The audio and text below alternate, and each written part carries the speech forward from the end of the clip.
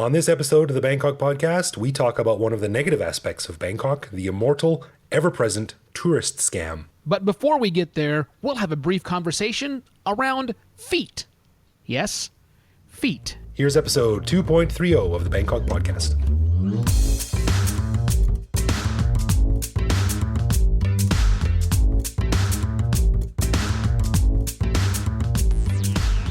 Hello and welcome to the Bangkok podcast. My name is Greg Jorgensen, a Canadian expat who came to Thailand on a vacation in 2001 and did not leave. And I am Ivo Terra, an American expat living full-time in Bangkok since the beginning of 2016. Thanks for joining us and welcome to the Big Mango. So I can hear the sound of gunshots and fireworks in the background. You must still be in the United States. Fireworks yet, man? That happens on 4th of July. You know what they call 4th of July in the rest of the world? Freedom Day? Yeah, sure they do, right. Yeah, still America. You are correct. Deep in the South in Alabama and have been dealing with nonstop rain the whole time I've been in America. Is it raining in Bangkok? There was a rainstorm today in Bangkok, but other than that, no. It's just been hot and muggy, and I went to work this morning, looked at the weather app on my phone at 9:30 a.m. The heat index, which means how hot it feels, was 41 degrees. Oy! At 9:30 a.m. So much for our hope that the hot season had passed us. Apparently, it showed up. We are in the sweaty nutsack of the hot season right now, just enveloped on all sides like an oppressive, overbearing force. So strange to me that Bangkok's summer happens in the spring. That didn't make any sense to me until I showed up. Oh yeah, but all is well here. Something interesting happened to me the other day, and it's maybe much more interesting to me than it is to anyone else. But I've talked about this on the show with you, and I talked about it in season 1 with Tony, and I've blogged about it, and I've complained about it ad infinitum. But I may have found someone to help me with my small shoe problems here, and not so much getting big shoes. It's just that I went to an orthopedic guy and he's making me a set of custom orthotics. And apparently that will really help me fit into shoes better, or at least it'll help me be much more comfortable in the shoes that I have. Will it help me fit your shoes into my bag better? Because I have two huge honking Doc Marten fancy dress shoes. Look at you, Mr. Fancy Pants. Yeah. Oh, thanks, man. These are really, really fancy. Yeah. And well, now... I'm going to put my new insole, my custom molded insoles. He took molds of my feet, which was kind of neat. And I'm going to use those in my brand new shoes that you're bringing back from the US of A for me. So I'm really excited about this. And I'm going to use your brand new shoes instead of the trays at TSA. I'm going to put my laptop in one of your shoes. It'll be a great way to get it. Yeah. And if the engine malfunctions and you have a water landing, just hop in the shoe. Oh, that's right. Paddle on, man. These things, in case you don't get it, people, his feet are huge. Yeah, huge feet, size 14 feet, and I'm in a constant search for the right supplies to get me walking around Bangkok without stepping on glass. But anyway, that's neither here nor there. But speaking of walking around Bangkok, this week we're going to talk about something that anyone who's walking around Bangkok is probably a little bit familiar with, and that is the ubiquitous tourist scam. Yeah, scams are aplenty in, anywhere that you travel. But Bangkok has its own special relationship with the scammers, to the point to where some are quite well known, which is fascinating to me that people can show up in Bangkok and get tripped up by these scams because they are so well known. I mean, it's just mind-blowing that people there's this one guy that I know. His name is Ivo. And when he showed up in Bangkok in October of 2014, he had no idea about these scams. Because I guess even though this guy had traveled the world for almost a year, didn't really do the whole pay attention thing very much. This guy sounds kind of like a bit of a tool. He's a major tool. Anyhow, good news is he is as foolish as he is for not checking. He's quite good at actually identifying when something bad is happening. So even though he was approached by scammers, he wasn't tripped up. Anyhow, that's me in case you didn't notice it, and it happens all the time. Yes, Greg? Yeah, it does. And when we talked about we came up with the idea of doing it this episode, I was a little bit hesitant because it's such a cliche, done to death topic. It's on, I mean, like you said, every website, every book, every brochure, every travel guide, every piece of tourist literature about traveling to Bangkok and Thailand has something mentioned about scams, but they just will not die. And thousands of people every year spend hundreds of thousands of baht or more on these things. And we're going to get into a little bit details of a few of them and our experiences with them. But when I first came to Bangkok, this was in 2001. This was in the infant days of the internet. So I didn't know about them then either. But I didn't really have any other resources except the Lonely Planet Guide and maybe one or two little websites. But there was nothing around to really forewarn us of them. And I really became aware of them when the first story that I ever wrote for an international publication was for Canada's largest newspaper, the Toronto Star. And me and a buddy went down to Wat Saket. We had a camera around our neck, socks pulled up to our knees, map upside down, not speaking Thai, and we let ourselves be led around by these scammers. And it was really eye-opening. And that became my first story that I sold to an international news organization, and that kicked off my fledgling journalist career. Look at you, the investigative journalist over here, baiting the it was scammers. pretty exciting. Maybe I'll post a link to that. I'll post it on my website, and I'll post a link to that on the blog page. So if you're interested, you can read the story. But yeah, man, the thing to keep in mind about these tourist scams is that they are so slick, and they've been finessed and worked and perfected to within a millionth of a degree of perfection, so that you are halfway through before you even suspect something is up. Oh yeah. It's very easy to fall into it. They're quite good at what they do. The one you're describing, Greg, the one that you played investigative journalist on, is the one that happened to me. We were staying not far from Khao San Road. We were going to go to the I think it was the Grand Palace is where we're going to. And as we're looking at the map on our phone, trying to figure out how we get across the road, a very nice gentleman approached and said, "Hey, where are you going?" And I said, "Oh, we're just going to cross the road right here because the map shows it's the Grand Palace, man. I don't need your tuk-tuk. I'm just going to go to the Grand Palace." And he says, "Oh, you didn't hear? The Grand Yeah. Palace is closed today." Oh no, whatever will we do?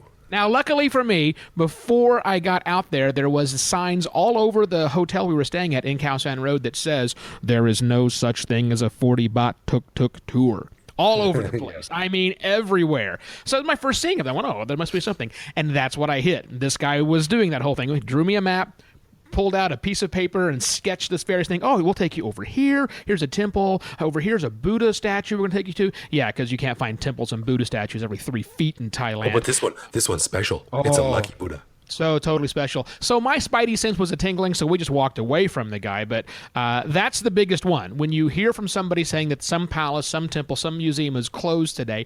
Greg, is that ever true? It is true sometimes, but so rarely that when it does happen, it's in the newspapers. Like Grand Palace will be closed today, and everyone, has to take note and usually it's only when something major has happened, like with the recent death of King Rama IX, or the death of a very senior monk, or some royal or official ceremony of the highest level. Then the palace might close, if for maybe like half a day, rarely for a whole day. Yeah. But it's very, very rare. And most of the tourist scams stem from this. Oh, this is closed, or oh, this is full, or oh, you can't go there right now, or oh, there's a special ceremony on right now. And that branches off into like a million different types of scams. And I want to talk about those in a bit, but I think that the core cause of this is because the Land of Smiles, the quote-unquote Land of Smiles campaign slogan, tagline that Thailand is lucky enough to have, has brainwashed people so much that they think that everyone in Thailand is just super friendly and funny and cool and always out to help and laugh and smile all the time. But just like any country, Thailand has dicks and assholes and scammers and thieves, and they know what they're doing, Yeah, they're really, really good at it, people. And most people you meet in Thailand are friendly. Most shop owners that you meet are going to be friendly. Most people on the streets, they're friendly people. But if you're around Khao San Road, if you're around Khao San Road, anywhere around it, don't listen to people because that's where they all hang out. They're looking for people that look like tourists. So, Greg, let's talk about this particular scam for a minute. So, what's in it for them? I mean, I'm only out 40 baht if I get in a tuk-tuk and they take me around to see some temples. I mean, why is that a bad thing? Well, usually what they end up doing is they have some friendly banter with you and they smile and laugh and stuff like that. And then usually you'll end up at a tailor shop or a gem shop or a restaurant or something that's going to charge you 50%, 100% more than what the going rate is, and the tuk-tuk guy will get a cut of that. This guy gets 500 baht out of the 5,000 baht that you spend at this store. He does that 3 or 4 times a day. He's making a pretty decent living.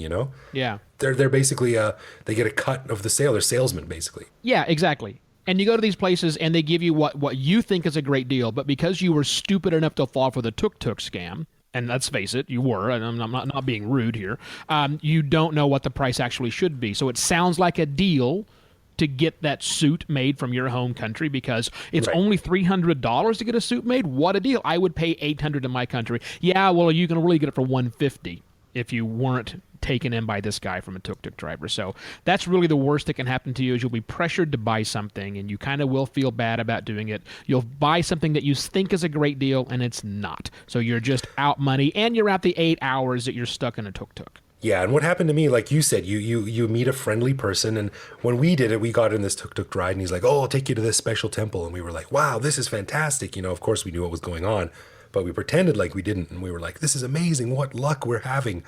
And he took us to this temple, and we were looking around. Oh, yeah, this is. Yeah, I mean, it was a legitimate temple, and we're just like, "Oh, yeah, this is a nice temple." And then some friendly stranger came up. "Hey, how you doing? Oh, where are you from? Oh, we're from Canada. Oh, wow, my brother-in-law lives in Canada. Yeah, this particular story was he worked for UNICEF. And did you know that today is the last day of a national gem sale? Oh? And yeah. And if you go to this store, then you can get like 50% off gems. You take them home with you and you can sell them for like 500% what you paid for them. And that's what it is. And they have like, they take you from A to B and then from B to C and then from C to D and they're holding your hand the whole way. So like you may think it's chaotic and disorganized, but it's not. And that's where they get you. Now, there's another place where wallet squeezing happens, and there's a euphemism I'm not going to go for because there's more. I did it anyhow. There's more things being squoze as well. Much squozing. Are you talking about the Pat Pong Ping Pong show? I unfortunately am talking about the legendary, infamous ping pong shows of the Pat Pong area in Siloam of Thailand. Ugh. Yeah. First of all, if you're listeners, if you haven't seen one yet and you want to see a ping pong show, please don't. Yeah. They're just awful. Really They're don't. the worst things I've ever seen. They're so gross. Yeah. And they're interesting like watching a deformed pig fetus being born is interesting. You're like, "Oh God, oh God." I mean, if that turns you on, go nuts, but it's not sexy. It's not cool. It's not something you want to tell your friends about. Yeah. But they know that the ping pong shows are still a big draw. So when you go to these places, largely it's mostly around the Pat Pong red light night market area. Yeah, you're walking down the street and this guy's like, hey, you want to see a ping pong show? Ping pong show, drinks only 100 baht. Oh, wow. And he has a little menu, a little card. Oh, this looks interesting. Yeah, okay, come with me. So he's really friendly and he bundles you up the stairs to the second floor and sits you down. And then you're watching these girls do these horrible things on stage and you order a few drinks. All right, that was kind of gross. And then you decide to leave and you get hit with a bill for 3,000 baht. And then suddenly you're like, hey, I was told drinks are 100 baht. And they go, by who? And you're like, by the guy outside. And they're like, we don't know who that guy is. Drinks are 500 baht each. Yep. And when you start to argue, that's when several large gentlemen come out and sit across from you and tell you that you're actually going to pay if you want to get out in one piece. Yeah, that's pretty much the squeeze. It's relatively straightforward and simple. They lure you in with false pretenses and make you pay a lot. And even if you go in well informed, it's still going to happen. You'll sit down, and even if you look at the drink prices, you'll say, man, those are expensive. Then you will find out that it's at least a 2 or a 3 drink minimum. And then if you want to watch the show, the thing you're sitting down and your eyeballs just simply take in because that's how light and vision works. To do that costs you another 300 baht. Just for the privilege of sitting there. And then once the performers are done on stage, they come around with a bucket or something else like that and strongly suggest you tip them. Like by getting in your face saying, you tip me now! It's just real, and You've it's been to the same place I have then. apparently we have been to the same unfortunate place. So listen, we've done it, people. Don't fall for the ping pong show. It's going to cost you at a minimum a couple thousand baht and your soul. There's another popular one, and this is basically, I call it the art of deflection. And basically, when you approach a place like Hua Lamphong, the train station, or a bus station, or something like that, you'll be approached by someone with an official-looking badge saying they work for the TAT, the Tourism Authority of Thailand. And they'll say, oh, trains are full today, but if you follow me, I will take you to another office and you can buy van tickets or tickets on a later train that will take you to the same place. And you're like, I don't know. And this is what happened to me exactly. I said, I don't know about this. And she held up her badge, and it was like her picture and her name and said Tourism Authority of Thailand and stuff like this. She's like, oh, you know, I'm from TAT. You can trust me. I was like, okay. So this was when I was super green. Like I'd been here like 3 weeks. And so we went out back of Hua Lamphong train station and through a side door and across the street into this little tourism office. I mean, by that point, I knew it was clearly a scam, so I just sort of left. But that's what they do. And these people sort of stand outside in of the train stations in like layers. So you've got like 3 of them on the outer layer. And then if you get past them, then you've got like a few more by the main doors, and they always try to get you. But the TAT is a government organization. They don't have offices or tourist outreach locations or freelance people out on the streets trying to sell tickets. I luckily have not encountered this, not personally, but I've certainly seen it. And the worst part of it is, to me, when I know what's going on, right? I'm well versed. I know these people exist out there.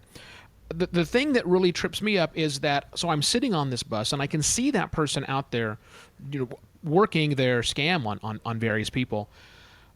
The actual people, the bus driver, his or herself, the ticket takers, whatever else, they don't seem to care. They're not saying anything at all about it. It's the same at the Grand Palace when you've got the guys standing literally 5-8 feet away from the guards with machine guns. Mm-hmm. And they're like, oh yeah, the temple's closed today. The guards don't do anything. It's not their problem. They don't get involved. Yeah. That's the most annoying part to me. It's like, listen, people, and by people I mean Thais, if you really want to change some of the tenor of this and change the conversation, then step up, man. When you see this stuff happening, say no. My yak dai, which means I don't want.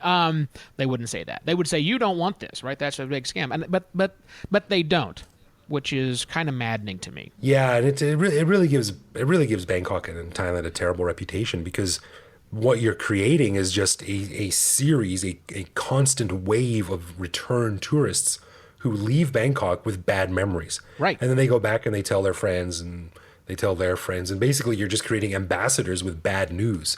They come back and they're like, "Oh, I got scammed in Bangkok," and that's what it gets known for. Yeah, it's unfortunate, and I wish there was something that we could do about it. On a similar note to your official-looking person approaching you, can I talk briefly about a friend of mine that had the scam of the cigarette scam recently?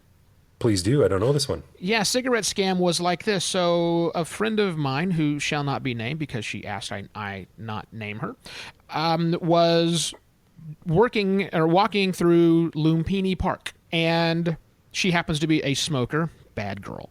But as she was exiting the park, finished her cigarette butt and did like most smokers do, tossed it on the ground and stomped her foot on it. An official-looking person with a badge walked up to her and in halting English explained to her that he was fining her for littering in the park, and she would have to come with him and cough over a certain amount of money. So that sounds like all legit. Hey, I just littered in the park. I committed an offense. Here's a guy with a badge who wants to come up and write me a ticket. Where things got weird is he didn't actually write her a ticket. He just said, you need to pay me 3,000 baht, or whatever the number was. Right. And to which she said, well, write me a ticket then. Because she didn't have any money on her. She'd been jogging in the park, which is crazy. Why are you jogging in the park and then smoking? But regardless, I'm not going to go there. She didn't have any, she had like a few hundred baht on her at the time, but that was really about it. And so she kind of recognized that, hey, I think I'm being scammed on this thing. So she kept pressing him to write a ticket. And he finally made her, this is the crazy part, he made her do about 20 minutes of community service. What? Really? He made her pick up ashtrays or butts of cigarettes and trash from around the front of the little office area he was in, which to me is kind of poetic justice. I get it. I gotta say, I got no sympathy for your friend. I mean, I think smoking is disgusting anyway, and the fact that she's just throwing her butts on the ground is double gross to me. So yeah, I think somnum na, you got what you deserved. But that is a very common. I wouldn't call that a scam. I would call that it's a bit of a gray area. I think it's more of a slight abuse of power. Now these guys that stand outside the parks and do this, they're called tesakit, and they're basically the bylaw officers. The same level of law enforcement that we used to throw rocks at when I was in junior high school, when the bylaw officer used to come and yell at you for jaywalking and stuff like this. So those guys are semi-legitimate law enforcement, but they sometimes overstep their bounds and don't write you tickets and things like that. It's a stupid law anyway. They just sort of stand there and wait for people to litter, and then pounce on them, which is a little bit like Roscoe P. Coltrane, putting up a fake stop sign in the middle of a formerly clear road. The Duke boys drive by and then he arrests them. So it's a little bit shady, but yeah. That reminds me of another scam that I heard of, and this one sounds innocent, but it's actually quite scary, and it's called the bird food scam. How could bird food scam me, Greg? Well, Evo, that's what I said, but it turns out the bird food is actually real bird food. The scammers are the people. You're walking by, usually outside the Grand Palace, which is a leafy, shady area. There's a lot of trees down there. And you're walking down the street, and someone's feeding birds, and you walk close to them, and they're like, "Hey, buddy, friendly foreigner, have some bird feed here. Help me feed the birds." And they put a bag of bird seed in your hand, and you're like, "Oh, okay." And you throw some bird seed on the sidewalk, and the birds eat it up, and you're like, "Oh, that was nice." And then they say, "That's 500 baht." And you're like, "What?" And they go, yeah, the bird seed was 500 baht. And this is like, 4 cents worth of millet or something like that. And then you're like, "No, I'm not paying for that." And again, suddenly, out of nowhere, you got 4 or 5 guys just sort of come up to you. "Hey, yeah, that's my mother. You need to pay her the bird seed or whatever." So it's basically just coercion and threats, and it works because it's still going on. It's been going on for a long time. But the one thing that is the golden rule about avoiding tourist scams in Bangkok and the rest of Thailand, but mostly Bangkok, is that if anyone approaches you, anyone, a hot girl, a beautiful man, a monk, an old person, a young person, whatever, just ignore them. Just pretend like they're not there. It seems so rude when you first start to do it, but it's necessary. Yeah. And if anyone comes up to you, "Oh, excuse me, hey, how you doing?" Just keep walking right by them and pretend that they don't even exist. Yeah, you're not being rude. You're being smart. Thais, as a general rule, don't just come up and start talking with strangers. Just not part of the real culture. That'll happen if you're in a shopping mall. Obviously, you'll get 9 people surrounding you just in case you might want them to carry something for you. But on the streets, no. It's just... That's what I tell people too. I'm like, when you go back home to your country, are you going to stand out on the sidewalk and just randomly help passersby? No, you don't do that. You have better things to do, and so do Thai people. Yeah, unless they're getting some money for it. Wouldn't that be great? So yeah, definitely, as Greg said, if somebody approaches you, you probably just should walk on. And the second thing is, if it sounds too good to be true, it is. Yeah, you're not a gem specialist or a suit specialist at home. No. So don't pretend like you know what you're doing when you're here. Exactly. Well, here's one thing we can't scam you on, and that is our favorite segment of the show, Love, Loathe, or Leave, where one of us comes up with a certain little quirky, interesting thing about living in Thailand that we either love about the country, we loathe about this country, or we hate it so much we are ready to actually leave. This week it's my turn. Greg, all right, what do you got? Here is my love, loathe, or leave for you. Lay it on me, Daddy-o. The fact that as a culture, we like having, in Thailand, our feet exposed to the elements. How do you feel about that right now? After stubbing my toe with an intense amount of violence, not very good. But, it really is a shoeless and certainly a closed-toed shoeless country, which is a bit of a shift for someone who grew up in the, northwestern territories of Canada or wherever the hell you're from. And now suddenly you find yourself in a place where, flip-flops rule, and taking your shoes off when you go inside a restaurant. Well, not a restaurant, but, anytime you're in someone's home, certainly without shoes on. It's just a different thing, this whole the idea of taking off your shoes. How do you feel about it? Interesting. I'd say 95% of the time I love it, because It's funny. I have a little scale for myself. How good this vacation is going to be depends on how long it is until I have to wear shoes. You know, so if I go 5 days with only wearing flip flops, I'm having it pretty good. Yeah. So I think it's great. I think, you know, as a guy who's had problems finding big shoes in Thailand, having your feet open to the air in flip flops, it's comfortable. It's great. It's relaxing. And in a country and a culture where you have to take your shoes off to go into a temple or a house or something like that, it's super convenient. It just makes total sense. But the 5% where I don't like it, it's really hard to look professional in a pair of flip-flops. You know, if you have to go out or if you have to go to a formal event or to work or something like that, you're probably not going to get away with wearing flip-flops. So yeah, sometimes you gotta you need a pair of shoes to look presentable, to look professional. That's true. And I'm going to agree with you. I mean, completely on that. I love it completely. I am a sandal wearer. I don't wear flip-flops because I can't. I will walk out of them. I've never mastered the art of walking in flip-flops, but I wear Chaco shoes and I love them. But I lived in Arizona for 17 years before living here. So being in sandals is just the second nature to me, and not wearing shoes is also second nature to me. I never am in shoes if I don't have to be.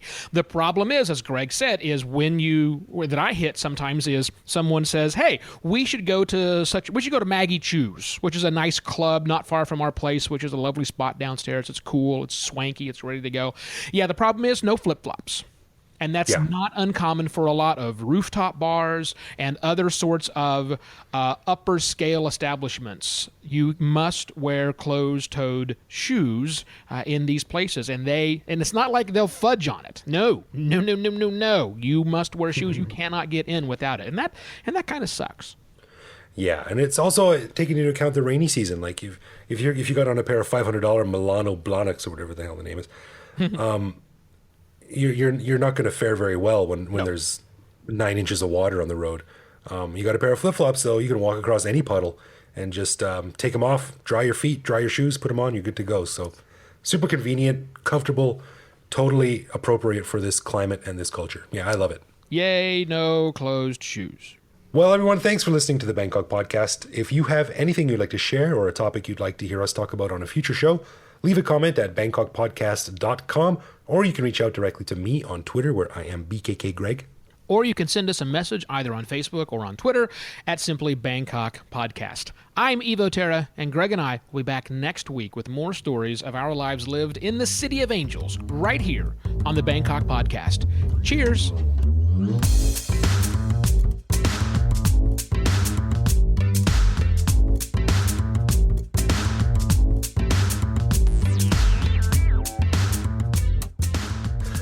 There's another one that's quite common. Sorry, let me just... Okay. I wondered whether my foot was sticking to the floor because of the pool of blood coming out of my toe or not. Luckily, no. It was because of my son spilled some milk or something. Isn't that nice? Okay. Well, now I know how the show's going to end.